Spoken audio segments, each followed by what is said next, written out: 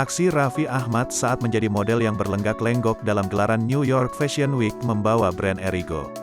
Ayah dua anak itu mencoba santai namun wajah tegangnya tak bisa ditutupi, jauh dari image cengengesannya selama ini. Nagita Slavina yang menonton penampilan sang suami bahkan tak bisa menyembunyikan tertawanya. Tak sembarangan catwalk, Raffi Ahmad menjajal profesi model di New York.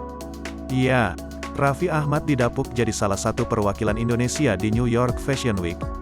Bersama Anya Geraldine, Enzy Storia hingga Reval Hadi, Raffi Ahmad membawa nama brand Erigo ke gelaran bergengsi itu. Pertama kali melebarkan sayap di dunia modeling internasional, Raffi Ahmad tampak santai.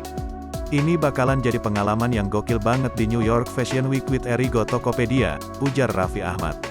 Tiba saatnya beraksi, Raffi Ahmad mengenakan busana serba hitam di gelaran New York Fashion Week.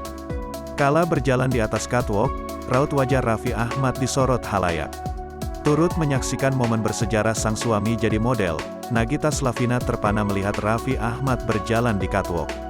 Namun seusai penampilan Raffi Ahmad selesai, Nagita langsung tertawa lepas. Ternyata Nagita tak tahan melihat wajah gugup Raffi Ahmad.